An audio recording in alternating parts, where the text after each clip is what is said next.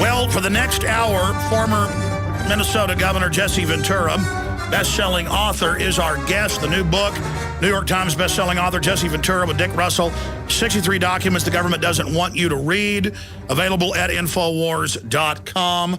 We've got a deal where you can get one of the films free when you get the book with Big Brother, The Orwellian Nightmare Come True. Now, Governor, it's great to have you back. You're down in Mexico right now, but we've got you for the full hour. Some stations don't carry this first 5 minutes, so I want to cover some sub-issues before we come back and get your take on the entire bin Laden fable. And they're telling us that we've got to give up even more rights now that bin Laden's been reportedly killed. They're announcing the government's going to have alerts over our cell phones. They're going to have a no-travel list now. For trains, you name it. We're going to talk about all that with former Minnesota Governor Jesse Ventura. But getting into the no-travel thing first. So we thought we'd escape the TSA by not flying on commercial jets, but now they're announcing, Governor, that they want to have these on the roads, the highways, the trains. They've been beta testing those. What's your view on that? Well, it doesn't surprise me at all because, Alex, you know, I drive to and from Mexico every year. And after clearing customs at the border, and it doesn't matter what border, whether it's California or Arizona, when you clear customs, you get about an hour under the freeway in the United States of America. And this has been going on for the last 6 years because that's how long I've been living in Mexico and Minnesota. You come to an immigration stop out in the middle of the highway where you have to sit out there in the hot desert for an hour and a half and clear a second immigration stop. So it doesn't surprise me because these stops have been going along and they're illegal in my opinion because you've already shown your passport at the border. Why are you required to produce it again an hour into the United States? So, you know, this is stuff that they've been setting up that I've been watching for 6 years now in my travels via Mexico back to the U.S. every year.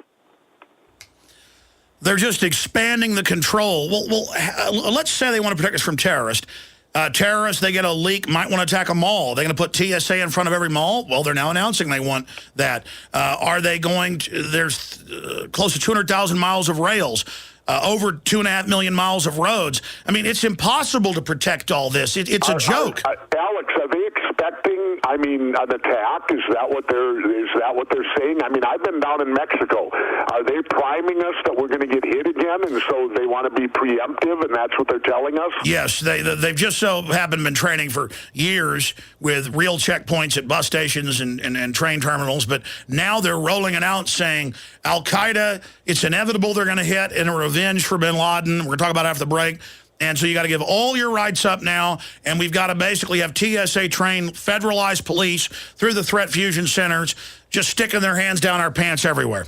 Well, you know, it's like the old forefather. I can't remember if it was Ben Franklin or which one of them said it when they made the great statement that if you're going to trade your liberty for security, well, then you have neither. And it seems that that's what our country is willing to do now, that we're willing to trade our liberty to be secure. I mean, Alex, I go crazy right now. I mean, I have to sue to prove that Jesse Ventura is not a threat just so I can fly commercially. I mean, what kind of nonsense is going on in this country? It's amazing, and the more liberty we give up, now they say the terror threat 10 years later is even worse. We need more of your rights. They spend trillions of dollars in the last 10 years in the domestic system. There's close to 1 million domestic private contractor spies. This is big business, and the truth is it's not going anywhere just like the prison industry until we say no. That's why they made drugs illegal, so they could have a black market, bring them in, and arrest their competition. Former Minnesota Governor Jesse Ventura is our guest. The book is 63 documents the government doesn't want you to read. He'll be with us for the next 55 minutes. We're going to get into the whole bin Laden fable and get his take on it straight ahead. First day he's doing interviews. We're honored to have him. Stay with us. We'll be right back. Governor Ventura, out of the gates. We're now 9 days into the killing of bin Laden. We were told 8 separate times he'd been killed. We have those articles up on Infowars.com and PrisonPlanet.com. They told us buried at sea. They won't show us the photo because, quote, conspiracy theorists, the president said on 60 Minutes, wouldn't believe it. That means people that have been lied to so much they don't believe anything. And I know talking to you privately, that was your point. But, Governor, looking at this situation and the way they've changed the story so many times, what's your take and view on this, Governor Ventura? Well, you know, it's hard to have a taken view on it for me, Alex, because as you said, I'm down here in the Baja, and I get wind of stuff 48 hours or 3 days after it happens, so you guys know certainly more than I do. And, you know, I've been asked, people have said to me, well, could we have taken him alive, and da-da-da. I said, I can't make any statement on that because you'd have to be there, you'd have to be part of the operation. If the Navy SEALs indeed did kill bin Laden, well, they're the best unit at doing that because that's their expertise, and they could accomplish that mission if the mission were indeed true. Do I think it's true or not? I don't know, because my government has lied to me so often. I mean, look at when they lied about the death of Pat Tillman. They lied about the Jessica Lynch recovery. They lied about weapons of mass destruction. They lied about ties to Al-Qaeda in Iraq. So really the government has no credibility with me. So when I hear a story that they accomplished this, and then there's so many other weird things about it, like they buried him at sea 24 hours later, well, why? And then they said it was Muslim religion. I might be wrong, but I think, isn't that Jewish where you have to bury within 24 hours? I'm not an expert on religions, but I'm not sure that that's part of the Muslim religion or not. No, the imams have come out and said that you need to be buried after you've been washed for facing Mecca, and that burial at sea is a big no-no. Well, okay, then there you got it. So why did they bury him at sea? I guess because the Navy caught him. That's the only thing I could come up with. But, no, you know, they won't show us photos. They're just telling us he's dead, and I guess it's worked so many times before, Alex. Why wouldn't it work again? Well, you bring up the point of lies. It came out last Wednesday that White House did not watch the live killing. Then they said he fought back and the SEALs had to kill him. Then they said he didn't fight back and that they took him out and then killed him. Then they said he used his wife as a human shield. And they said that didn't happen. And then they won't show us the body. I mean, this is very, very, very bizarre. But I can tell you this, Alex. As far as the operational end on the ground, being the knuckle draggers, the SEALs that did the op, it shows me that policy hasn't changed at all since Vietnam.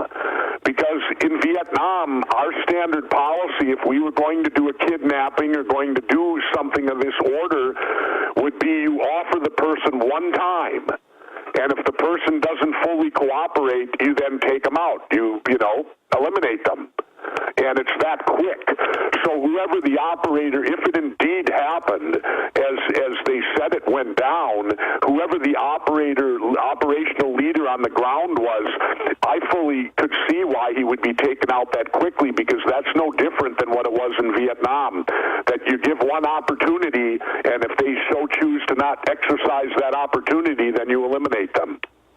Well, what's amazing is they showed this White House Situation Room and said that they were watching bin Laden being killed. And then they said, actually, the video cut out for 24 minutes and they didn't watch it, and they lied about that. And then Jessica Lynch, for 3 days, she's there at the hospital. The Iraqis have pulled out. The doctors go and say, please come here and get her. Jerry Bruckheimer gets on satellite feed, the director, scripts how to do this staged rescue. Turns out she didn't fight in the convoy. The other guys did.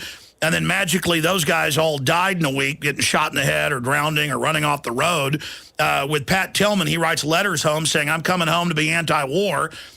He gets shot 3 times in the head at close range. They claim that he was killed by Al-Qaeda till the Army coroner report came out saying foul play was shown. I mean, you're at Gulf of Tonkin, the list goes on and on. So bottom line, I mean, this looks like an election ploy stunt, and I don't believe a word of it. What's your view? Well, again, I don't know. I got to delve into it. I got to start reading on it when I get back to the States, and I'll make a few phone calls with people that I know and see what I can tap on behind the scenes. You know, I'm still a bit connected to the SEAL units, and I can't believe that they would knowingly participate in a fraud. But then again, I guess if you're ordered to do something, you have to do what you're ordered to do. But I can't see a SEAL platoon actively participating unless they pulled a fraud on them too. And maybe they had some guy there that looked like bin Laden and did him in. I don't know. Well, that's exactly how they operate. That's exactly, they have decoys, people that are set up. And now they released this video of the 5 videos. 4 of them were previously released videos. We've gone and shown the exact same video was released, one of them 4 years ago, but they cut the audio out so it wouldn't be too obvious. And the one video that's new is an old guy from the side whose ears don't even look like bin Laden, supposedly watching bin Laden on TV. Yeah, I did see that photograph last night, and I kind of chuckled at it, and I thought, that's him? And then I thought to myself, well, then what they really did was just shot an old man in his bed, right? Was sitting there with his wives?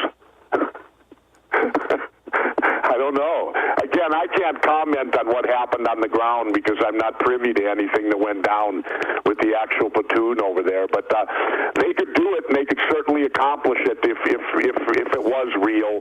Whether it's real or not, Alex, I have no way of knowing. But you're saying that you do question the official story because you've been lied to so much. Yeah, oh, absolutely. Absolutely. I mean, for the last decade, it's been nothing but lies, whether it's the Bush administration or the Obama administration. It's lie after lie. Like I said, we're to the point now, Alex, I have to go to court to be able to fly in my own country. What kind of country is that when you got to go to court to be able to fly and not be searched? You have to prove you're innocent every time you go to an airport. It's amazing. They've now announced today, and this was actually set up months ago, the new alert system was really integrated in years ago. They're going to be breaking in on smartphones, cell phones, computers, radio, TV, with government alerts, messages from the president, forcing you to watch them. 9,000 locations, 800 Walmarts. Malls are getting telescreens saying nobody's safe, watch your neighbor, trust no one but government. I mean, is that not 1984, Governor? I don't know. Why are they doing that, Alex? What are we supposed to do? We're all supposed to go to Walmart and watch them on TV when they come on? Well, it's about them forcing their way into our lives. Chucky Schumer and now Amtrak looks like they're going to agree, as well as other terminals around the country, to have TSA sticking their hands down our pants. Have you seen the new video of the 6-year-old having them stick their hands on her pants, or the 1-year-old baby with them pulling the diaper off? No, I didn't see the 1-year-old baby with the diaper, but I did see the young child. I was on with Lou Dobbs that particular day, right before I left to go back to Mexico on the book tour. And, you know, Lou was irate over it, and he thanked me for bringing my lawsuit on behalf of millions of Americans, including himself, for standing up for this stuff. And but, you know, that's about all you can do. I mean, we just got to be vigilant, Alex, and not accept this as normal behavior in what's supposed to be a free country. Well, how could TSA, if there were real terrorists, protect cornfields, rural areas, highways, hundreds of thousands of miles of train? They claim the al-Qaeda documents that the boogeyman bin Laden had said they want to go up and derail trains. So how is searching everybody that gets on trains and putting them through a no-ride list, how is that going to stop al-Qaeda? I mean, how are they going to stop anybody? How many al-Qaeda are there? I mean, I'm trying to figure out, are they trying to make us believe that there's like millions of them out there? No, they claim there's less than 100 in Afghanistan, less than 100 in Pakistan, maybe 100. Well, that means there's more Hells Angels than there are al-Qaeda, right? Well, also, Jesse, let me ask you this question. Am I right, Alex? Absolutely. There's more Hells Angels than there are al-Qaeda then. Visit Infowars.com and PrisonPlanet.com. When you're on the site, you can also tune in 24 hours a day to my daily radio broadcast. There's also a free iPhone app to listen to the syndicated radio show when and where you want.